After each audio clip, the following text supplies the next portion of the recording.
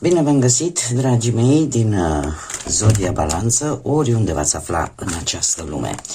Tuturor bine ați venit pe canalul meu, Tarot Flori de Loto. Eu sunt Nina, pentru cei care nu mă cunosc și ca de fiecare dată mă bucur să vă am alături. Vă mulțumesc tare mult pentru comentariile frumoase, pentru like-uri, dar mai ales pentru simpla voastră prezență la fiecare lectură. Azi voi face o lectură generală, atemporală. Ce înseamnă asta? Nu are o limită de timp. O lectură pe care voi să o puteți viziona oricând doriți sau atunci când apare în viața voastră. Nu uitați, dragilor, că voi sunteți cei care vă construiți propria viață, propriul viitor.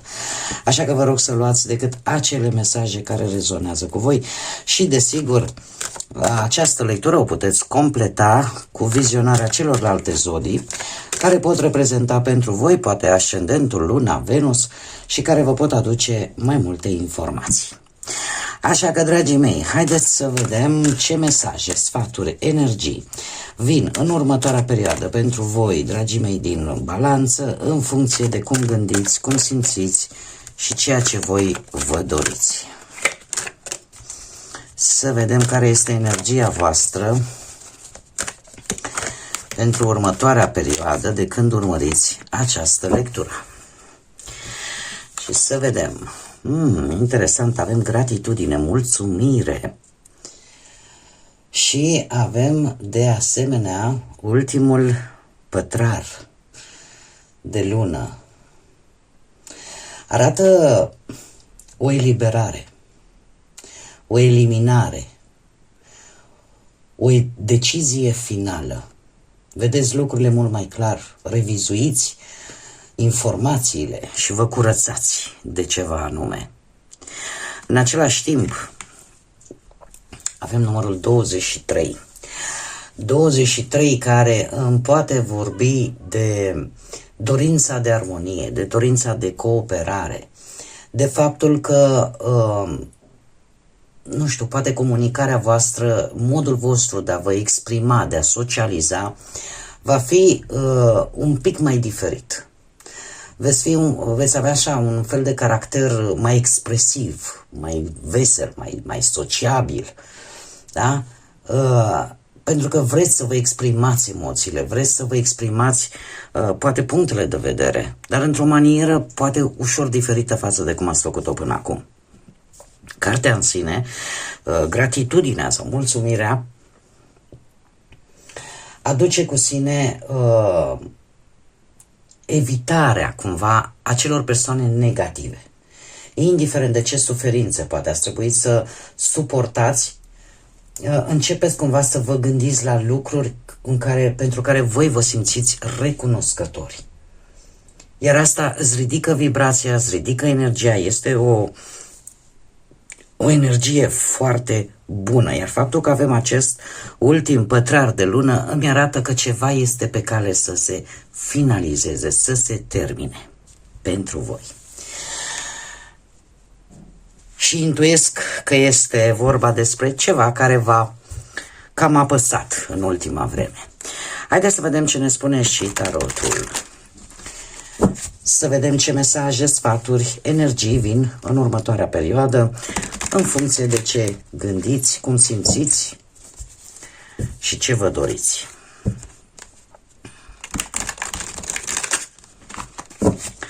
Să vedem.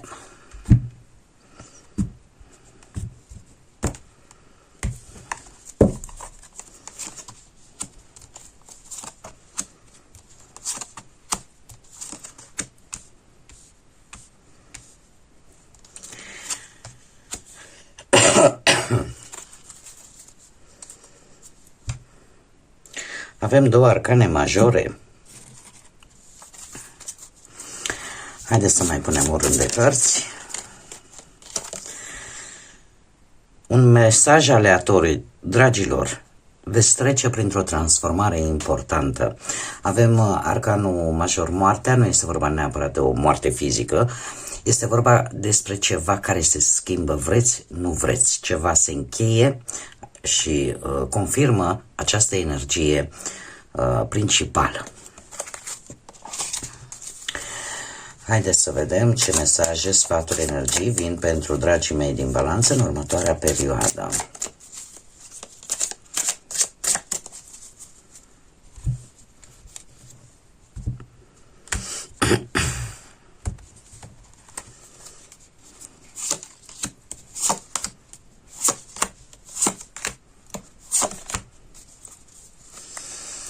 Să vedem. Și începem cu partea asta socială, să-i spunem.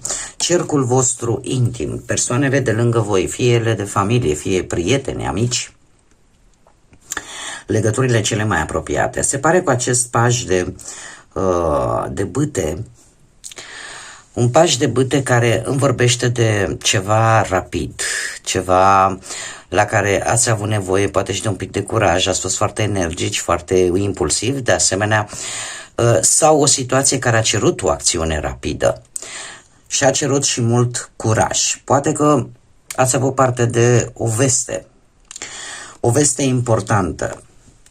Ce urmează pentru următoarea perioadă pentru voi? Se pare că veți încerca să țineți în spate mai multe responsabilități sau mai mult poate decât ați putea voi duce cu acest 10 de bâte. Încă o dată țin să precizez, este vorba strict de relațiile voastre din cercul intim, relațiile voastre cele mai apropiate. Acest 10 de bâte îmi spune că veți depune un efort foarte mare. De multe ori poate o veți face și pentru a termina într-un final o anumită etapă. Chiar dacă asta ar însemna o anumită limitare. Dar veți alege cumva ori să rezolvați voi singur situație ca ceva să se finalizeze în sfârșit, ori pur și simplu știți că nu mai e mult și se termină. Aici voi trebuie să adaptați despre ce anume este vorba. Pe partea muncii, nu știu dacă la locul de muncă, cu acest 7 de spade, a fost nevoie să aplicați o anumită strategie, să fiți un pic mai precauți, să vă gândiți așa la o tactică pentru a rezolva o problemă. E posibil ca cineva din zona asta profesională să acționeze fără să fie transparent, adică fără să arate de fapt adevăratele motive. Și ați fost puși într-o situație în care a trebuit să fiți cât mai discreți, dar să și acționați cât mai inteligent posibil. Următoarea perioadă pentru voi vine cu steaua. Nu știu dacă zodia Vărsător are ceva de văzut cu voi. Poate și voi aveți, nu știu, un ascendent, lună, Venus, poate în Vărsător. Dar steaua îmi vorbește de o perioadă dificilă la locul de muncă, în care cumva situația se mai îmbunătățește. Cum? Poate, nu știu, prin găsirea unui job mai potrivit pentru voi sau a unui proiect care să-ți aducă în sfârșit o anumită satisfacție și în felul ăsta să poți recâștiga încrederea, mai ales în tine, în propriile tale abilități, în ceea ce știi tu să faci cel mai bine. Alții, nu știu, pot să înceapă un nou proiect personal sau se pot implica în anumite activități care vă plac cu adevărat să le faceți. Sau poate chiar în activități care pur și simplu ajută pe ceilalți. Și aici vedem încă o dată energia primei cărți a oracolului Regina Lunii. Vine o perioadă în care cumva e loc și de mai bine și e posibil ca și o dorință de-a voastră sau un vis de-al vostru pe plan profesional să înceapă să prindă un pic de contur. De asemenea vine și cu un mic sfat și acela de a, de a nu rămâne la faza de vis. Pentru că visurile, planurile sunt frumoase, dar dacă nu acționăm suficient sau dacă avem uneori prea multă încredere că lucrurile se vor rezolva de la sine, lucrurile astea s-ar putea să vă joace o pasă destul de proastă. Așa că vine cu acest avertisment de a transforma cumva visele și în realitate, de a acționa pentru ele și a nu aștepta ca lucrurile, situațiile să se rezolve singurele. Pe partea bănuților, un 4 de cupe, un 4 de cupe care îmi vorbește de anumite resurse care recent s-au văzut a nu fi suficiente sau nu tocmai satisfăcătoare. Poate că au fost anumite venituri care au stagnat, nu au ajuns la voi. Poate că a trebuit să ați așteptat o recompensă în urma unei munci pe care voi ați depus-o și nu l-ați primit. Eu aș zice că ați traversat un moment în care ați reevaluat poate modul în care gestionați banii sau cum gestionați anumite priorități pe care voi le aveți. E posibil ca unii dintre voi să fi ignorat anumite șanse financiare chiar bune, ori din lipsă de interes, ori din pur și simplu, din pesimism, gândind că oricum nu o să fie bine și atunci poate ați amânat luarea deciziilor importante din punct de vedere financiar și poate ați pierdut chiar și cel puțin o ocazie bună de a face bănuți. Lucru care în perioada imediat următoare se pare că or să vă dea niște bătăi de cap. Cu acest 9 de spade, de ce? Pentru că vor apărea anumite griji, anumite temeri legate de bani, vă gândiți prea mult la cum să-i gestionați banii sau o anumită anxietate legată de anumite datorii, de anumite cheltuieli și faptul că există teama asta venită, cum să spun eu, presată mai mult din exterior, că situația financiară, într-un fel sau altul, se poate înrăutăți. Acum, această carte vine și cu un sfat de a, cum să spun eu, de a nu te lăsa doborât de temeri, de frici, pentru că asta te pune oarecum într-o panică și te face ori să iei decizii foarte grăbite, foarte pripite, ori să nu vezi foarte clar cum poți ieși din această situație. Și uite, pentru că nu pot să vă las chiar așa, haideți să vedem, clarificăm 9 de spade, te rog. Clarificăm 9 de spade.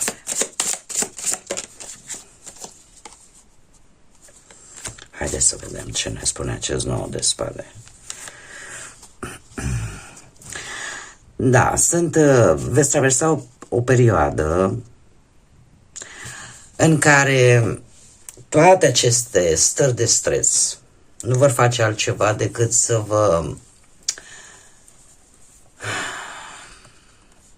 aducă poate anumite neînțelegeri financiare, ori să pierdeți niște bănuți pur și simplu dintr-o greșeală sau dintr-o neînțelegere legată ori vis-a-vis de vreo investiție, ori legată de parteneri sau de familie, sau că lucrurile nu sunt așa cum v-ați dori voi. Dar avem un 3 de monede și spânzuratul.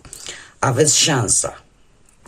Și la asta probabil că ar trebui să aplicați un pic urechea, ca să spun așa. Sunt posibile câștiguri care apar din muncă susținută și dintr-o planificare atentă. Nu știu, dintr-o afacere mică, dintr-un bonus, dintr-un proiect de colaborare. Există șansa ca voi să colaborați, să comunicați și cu alte persoane care vă pot ajuta într-un fel sau altul să vă stabilizați un pic partea asta materială. Doar că avem și spânzuratul aici care îmi vorbește de, cum să spun eu, de o regândire. Există ori anumite cheltuieli care trebuie reduse până când situația se stabilizează cum trebuie, ori, nu știu, aveți grijă la verificarea unor facturi, a unor plăți. Și asta vă poate ajuta să aveți pierderi, asta vă poate ajuta să vă stabilizați un pic pe partea asta financiară. Încercați să lăsați, cum să spun eu, neapărat teama, frica să vă domine. Pentru că odată ce ai această teamă, această frică, nu mai poți vedea ieșirile. Pentru că ești mental, ești focusat strict pe ce nu ai și nu pe ceea ce ai putea să ai. Indiferent cât ar fi de greu, chiar vreau, eu vă spun, nu vă spun din povești, vă spun din proprie experiență. Am avut și eu situații în care efectiv și erau situații destul de complicate. Nu știu, ca să vă puteți imagina, eram pur și simplu singură cu 3 copilași mici, în condițiile în care nu exista niciun ajutor de nicăieri. Și când spun de nicăieri, de nicăieri. Efectiv, ceea ce eu reușeam să muncesc, aveam bani să le pun copiilor pe masă. Și în momentul în care gândeam că gata, de aici nu mai pot ieși, din pământ, din iarbă verde, nu știu, cineva acolo sus m-a iubit și mereu îmi apărea ceva. Să mai fac o cursă să mai mă duc să transport marfă sau să mă folosesc de ceea ce eu știam cel mai bine ca să pot să fac bani rost de bani pentru întreținerea copiilor și a mea inclusiv. Dar asta pentru că nu mi-am pierdut niciodată credința și în permanență am spus că n-are cum să mă doboare viața. Și asta este de fapt ideea și unde vreau să ajung și mesajul acestor cărți. Nu vă lăsați, cum să spun eu, doborâți de teamă, de frică, pentru că dacă o veți face, atunci cu siguranță nu o să puteți să vedeți nici acele mici portițe, acele mici ferești de care să vă ajute să ieșiți la liman cu această problemă. Mergem mai departe și haideți să vedem pe plan sentimental. Pe plan sentimental avem nebunul. Ați avut o perioadă, ca să zic așa, și începem mai întâi cu cei care se află într-o relație. Ați avut o perioadă destul de bună în relație, nu știu, poate v-ați făcut mici surprize, excursii scurte împreună sau activități așa mai neobișnuite, dar a fost o comunicare sinceră, spontană, v-ați spus poate ceea ce vă doriți unul de la celălalt, ceea ce simțiți unul pentru celălalt. Iar următoarea perioadă pentru voi e ca și cum relația a primit așa un nou suflu proaspăt. Următoarea perioadă pentru voi vine cu acest paș de spade care reprezintă zodiile de aer, la fel ca și voi, Balanță, Gemeni și Vărsător. Acest paș de spade îmi spune că în cuplul vostru, în relația voastră, apare un soi de energie, de curiozitate, de dorință de a comunica poate mai mult. Paradoxal, această energie atât de puternică poate provoca anumite tensiuni, dar asta numai dacă există impulsivitate. Că există entuziasm este perfect ok, este foarte bine, dar uneori este posibil, nu știu care dintre voi, orică sunteți voi, orică e perechea voastră, să vorbiți de multe ori fără să gândiți poate înainte. Chiar dacă conversația sau planul este interesant, e posibil să iasă pe guriță, să iasă și ceva ce poate nu este îndeajuns de bine gândit și asta să aducă mici tensiuni în relația voastră. În afară de asta, pentru cei care sunteți într-o relație, sfatul cărții vine cu ideea asta de a avea răbdare, de a nu fi impulsivi și în felul ăsta de a evita aceste mici tensiuni. Dacă vorbim pentru cei singuri, voi, dragilor, ați explorat întâlniri noi, ați făcut, nu știu, activități sociale noi, poate v-ați încercat tot felul de hobby-uri, cumva ați cunoscut poate și prin intermediul acestor hobby-uri persoane noi, energii noi. Dar în următoarea perioadă se pare că curiozitatea oricum nu o să vă lipsească și dorința rămâne de a explora relații noi printr-o implicare foarte rapidă. Și aici ar putea să fie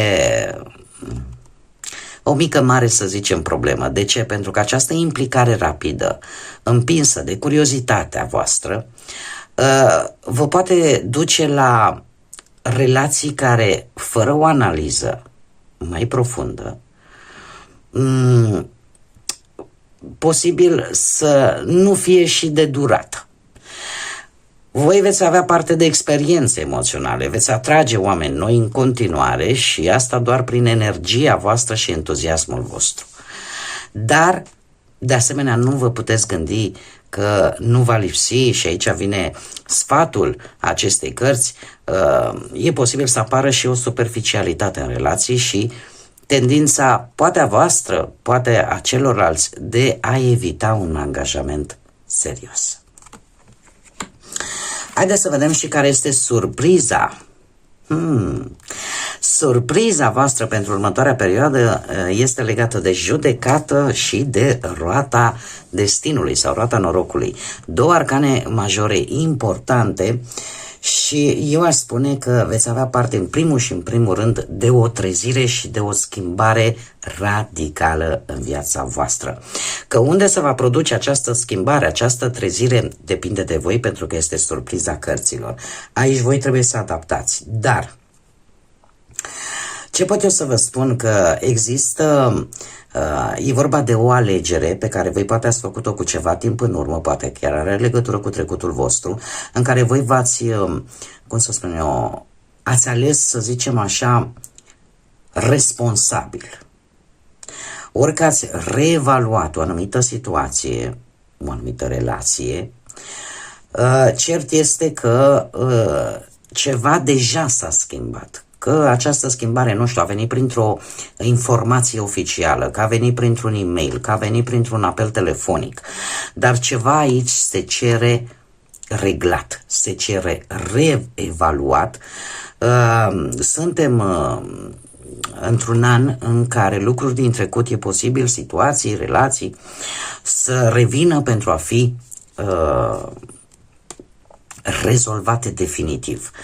Iar roata destinului nu se dezice și se pare că această schimbare importantă nu vine singură, vine și cu oportunități neașteptate.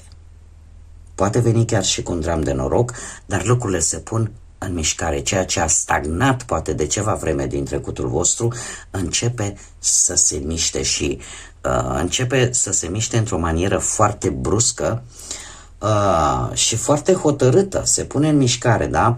Roata destinului nu ne vorbește numai de noroc, ne vorbește pur și simplu de ciclitatea vieții.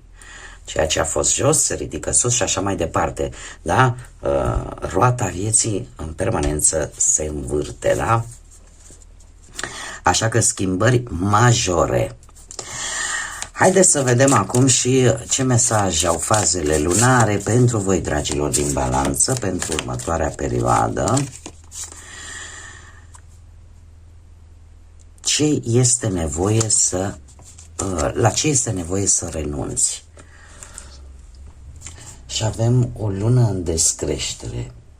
Trebuie să vă eliberați de ceva, să reflectați foarte bine, să vă gândiți foarte bine la ceva ce nu mai dă rezultate, ce este ori blocat, ori nu mai avansează de ceva vreme și la care voi trebuie să vă gândiți în această următoare perioadă la ce anume trebuie să dați drumul și să nu mai consumați poate timp, sentimente, emoții, energie sau poate toate la un loc. Bun, dragii mei, cam aceasta a fost lectura pentru voi. Eu sper că v-a ajutat, sper că v-a adus un pic de claritate în gânduri, așa că vă doresc o zi și o perioadă minunată, plină de vești bune și de multă energie pozitivă. Iar până data viitoare, desigur, să fiți iubiți, dragilor!